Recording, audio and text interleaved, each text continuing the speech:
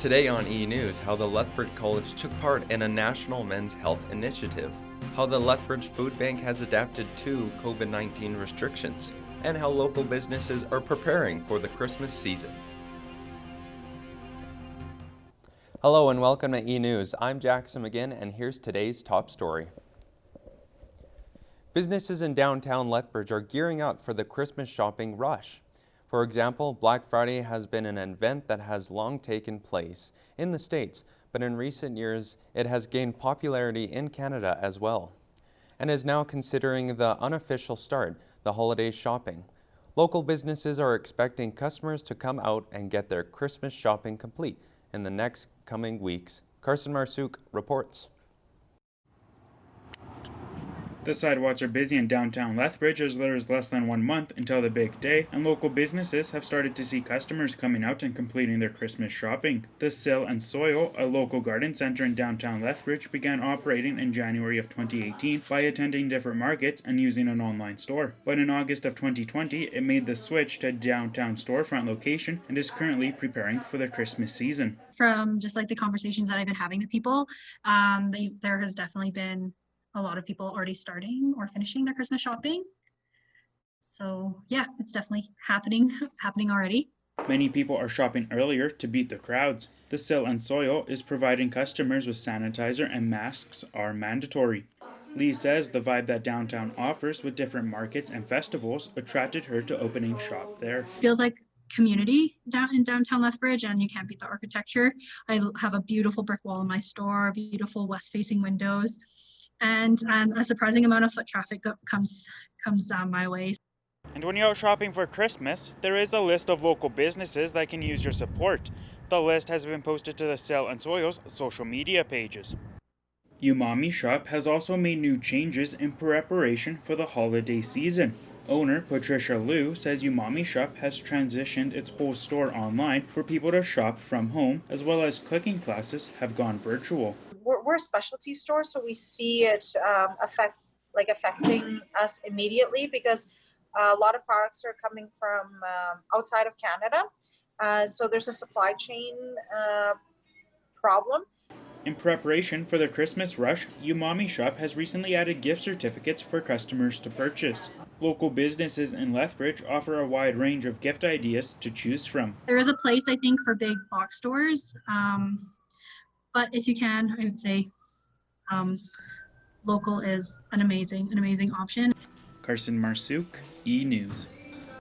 You can stay up to date with local businesses by checking out their social media pages for additional information. People are also encouraged to support local businesses in the new year as they have been hard hit by the pandemic. Local men grew out their mustaches for the month of November, and it was all for a good cause. The Movember movement has grown over the years, promoting men's health issues. As always, Lethbridge College took part in the initiative. Josiah Spiker has the story. The Lethbridge College Students Association helped raise money for Movember last month, although it looked a little different because of COVID-19. There were less mustaches roaming the halls of Lethbridge College this year. Even for those partaking in the movement, their mustaches were usually covered up by a mask. The LCSA still wanted to do its part by raising funds for prostate and testicular cancer research. LCSA Events and Communications Coordinator Tanner Marcer says he's always enjoyed taking part in Movember, and the LCSA has come up with new ways of raising the money. Moved to an online donation format, so we're getting people to submit videos of themselves doing push-ups, and then we're going to donate $1 to Movember for every 10 push-ups we receive. The movement was created in 2003 to raise money for prostate and testicular cancer research. Since 2003, Movember has funded over 1,200 men's health projects. Over 22 million people have donated to Movember, raising over $1 billion towards men's health. Movember's next goal is to reduce the number of men dying prematurely by 25% by the year 2030. There's a reason why Movember has been so successful. It's because it hits close to home for so many people. Lethbridge College Occupational Health and Safety Team Lead Frank Zappone always grows a mustache for Movember to remember his father. It was a very simple decision for me.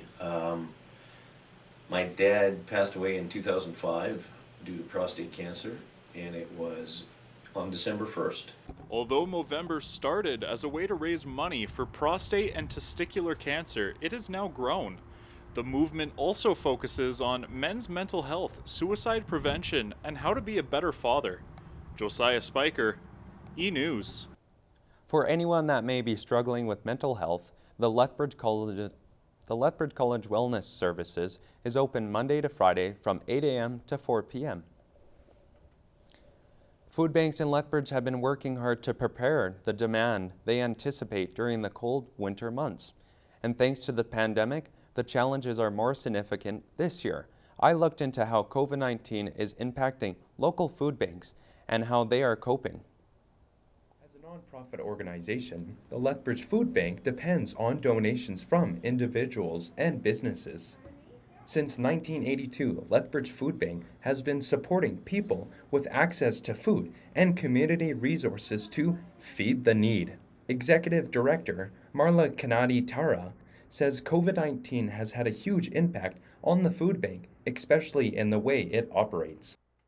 We definitely responded quite quickly to the pandemic, and it has altered our output of our programs. Every food bank runs differently, but one thing that is standard these days is pandemic protocols. In addition, volunteers have experienced burnouts but remain dedicated to the organization. Lethbridge Food Bank, Interfaith Food Bank, and My City Care says they will be banding together to coordinate emergency food services for our most vulnerable citizens. In the run-up in the Christmas holiday season, the Lethbridge Food Bank has seen its highest numbers of clients due to bills being much higher in the colder months.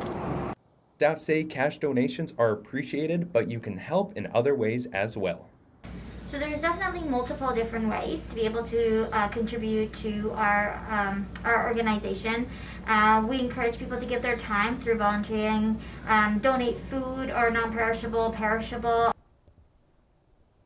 Food banks have reported that they have seen an increase in client traffic since the start of the pandemic, due to job losses or reduction in work hours. Coming up after the break, Alejandro Polito moves on to the desk. She'll show you how a family-owned coffee company is staying true to its roots. And we'll introduce you to a mother who moved to Canada without her family. Stay with us.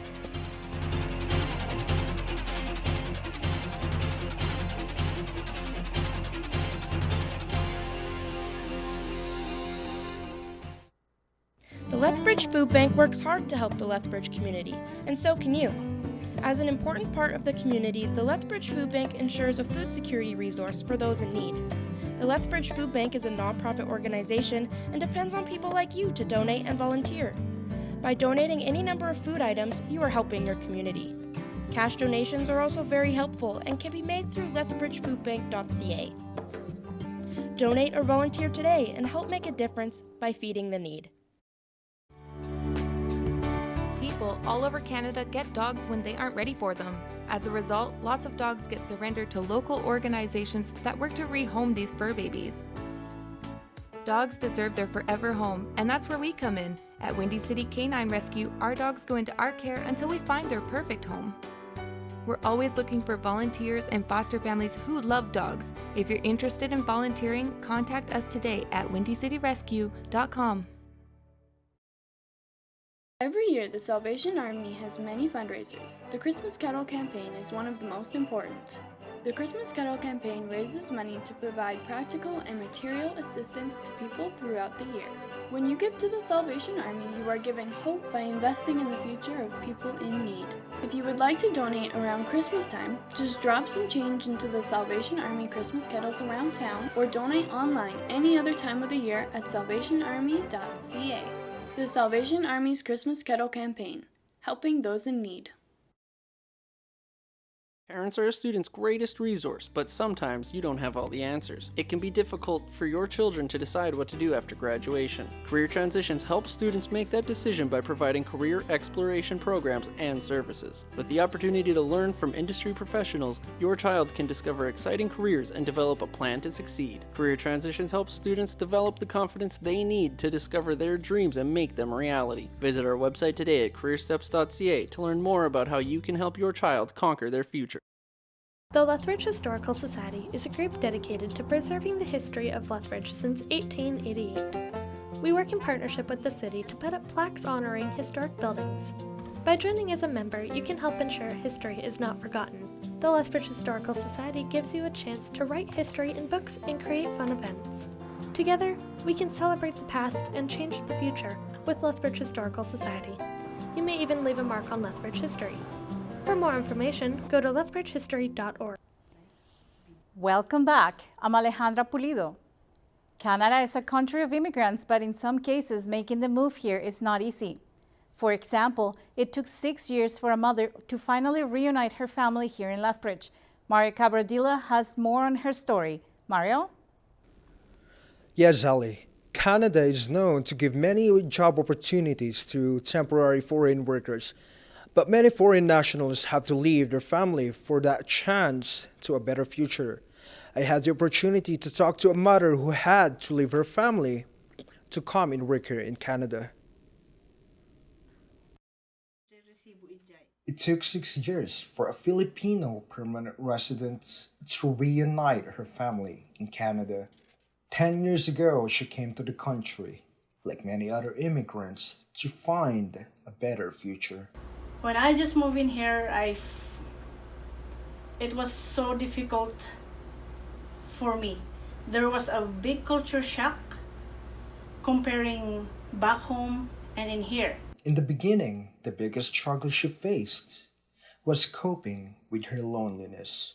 During my first week, it was so hard for me because when I was looking out by the window of my employer's house, I could not see any people outside. So it seems I was thinking by the time that life is so lonely in here. With the support of her friends and that hope of being able to bring her family in the future is what kept her going. I said to myself that life must go on.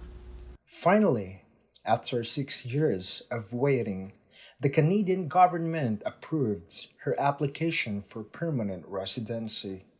Together with her family, it allowed them to come over and start a new life. And just a month ago, Nancy takes a step towards her next goal, starting a business.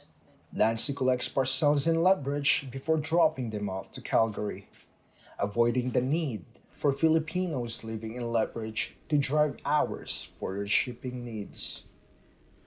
Despite COVID-19, Andizo is trying her best to stabilize the business, hoping that it'll provide a reliable source of income in the future. And due to COVID-19's effect on the national economy, Canada has a plan to support economic recovery efforts via immigration. Ali? Thanks, Mario. For those of us who enjoy a cup of coffee in the morning, the smell of freshly ground coffee beans helps us start our day. Now we have the opportunity to enjoy coffee that is grown and collected by family members of some Lethbridge residents. I went down to the store to check it out firsthand.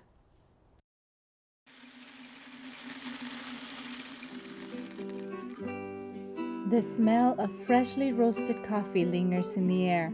Dylan Morris, co-owner of Little Nicaragua Coffee Company, grabs a new bag of green coffee beans brought straight from their family farm in Nicaragua a few months back to continue the roasting process. I always tell people it's as local as coffee can be because we can't grow in Canada, but the fact we are the farm and the roasters is really what sets us apart from everybody in Lethbridge. Their coffee is grown and handpicked in a farm in Nicaragua that has been in his in-law's family for generations. The family has been working on making it self-sufficient for the last 12 years, and it is finally getting to the point where they are getting enough coffee to be able to bring it up and offer it to our Lethbridge community. Our farm is located in the Kiragua. Kiragua is a group of mountains right in the middle of the country. We cannot cut any trees. We only are allowed to plant coffee where existing coffee was before. It is a process that takes time and effort, but with the support from their family in Nicaragua and the ability to visit the farm every once in a while, Little Nicaragua Coffee Company owners are now able to help Lethbridge citizens get their caffeine fix from locally roasted coffee. The last part of the process is packaging the roasted coffee for people to enjoy it at home freshly grounded. They offer their coffee as whole beans because this way it retains the flavor for longer. All our packaging, we try to be as environmentally friendly as possible. So all our packaging is, I believe it's 95% compostable. Our cups are 100% compostable. Same with our plastic cups we use for cold coffee. Those are 100% compostable as well as our straws. It's all paper. So everything we use that gets thrown out a lot, we try to make it as environmentally friendly as possible. Little Nicaragua Coffee Company also helps the local economy by sourcing locally whenever possible, from using a local printing company for their cards and labels to acquiring countertops from a locally owned and operated granite company. In sports, a long journey through professional baseball has come full circle for one local coach. Dustin Mulliken is coaching in Lethbridge almost 2 decades after he played as a member of the Prairie Baseball Academy. Nathan Ryder has more on the story. It's been 18 years since Dustin Mulliken was a player for the Prairie Baseball Academy in 2002. Now the 36-year-old former major leaguer is back as the program's pitching coach. Mulliken was selected in the 15th round of the 2003 MLB June Amateur Draft by the Pittsburgh Pirates out of the PBA. It took Mulliken over 13 years, including spending time overseas in the Nippon Professional Baseball League and 5 major league organizations before the Detroit Tigers called him up in 2016. Mulliken says the opportunity was something he will always remember. And I'll always have that with me, and then I can share that with my share it with me, and at home forever. So I'm very honored. However, it wasn't just a long trip through the minor leagues that Mulliken had to persevere. He deals with a speech impediment that causes him to stutter while speaking. However, he hasn't let that stop him. The older I got, it was easier. So if you struggle with how you struggle, just figure it out. And then I know it'll be hard on you every so often. Mulliken doesn't allow the stutter to affect the way he coaches. Pitcher Kyle Popst, entering his 5th year in the PBA program, says people are always willing to listen. Ready to listen to him or help him out if he needs to get something out. But he's pretty good at getting across what he wants to say. And if it takes an extra minute, no worries to any of us because we really want to hear what he's got to say. Popst says having someone of Mulliken's experience coaching at PBA this year is a huge plus. All the coaching he's gotten, I think the experience is just. You can tell by the way he talks and everything, and having Rhett this year as well has been a big plus. Mulliken is now retired from professional baseball and is looking forward to a long and prosperous coaching career. For eNEWS, I'm Nathan Ryder. Although the PBA has been shut down due to the recent COVID-19 restrictions, there is optimism the season will get underway in the new year. A Brooks fitness trainer has been forced to make big changes to the way she runs her business. New COVID-19 protocols means she has to help her clients achieve their fitness goals virtually. Sylvia Adam reports from Brooks.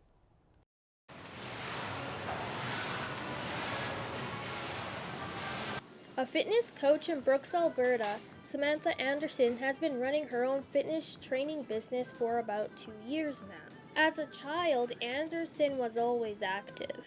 I've always been active. Growing up, I was active going for hikes, going for walks, keeping busy with the family. Growing up, I was always in sports, all the sports, volleyball, basketball, track and field, badminton, everything. Anderson specializes in helping clients lose weight and increasing their energy levels and confidence. She teaches her clients how to shift and change their mindset, nutritional lifestyle changes, and a workout plan to help them achieve their goals. But achieving those goals isn't as cut and dried as it used to be, even a few months ago. In order to help her clients achieve their fitness goals, Anderson needs to figure out their purpose for achieving their fitness goal and the underlying issue that they want to try and accomplish. To have a successful business, Anderson says she has to make sure she has a good mindset. She admits motivation can be a challenge itself when isolation is as important as exercise and nutrition. Running your own business, you do have to have a good mindset, because even though I don't have a client till 10 a.m., I still gotta wake up, start my morning routine, still have a good mindset going in, set my goals for the day. Due to COVID-19, Anderson has had to teach her classes virtually. She has no choice but to consider herself an online trainer because she does virtual boot camp classes and her 8-week transformation challenges online. She says how long this new way of doing business will be with her is anybody's guess. Sylvia Adam, eNEWS. Despite the COVID-19 pandemic and having to teach classes virtually, Anderson's business has continued to flourish. That's all the time we have for eNEWS this week. I'm Alejandra Pulido. For all of us here at eNEWS, thanks for joining us, and we'll see you in the new year.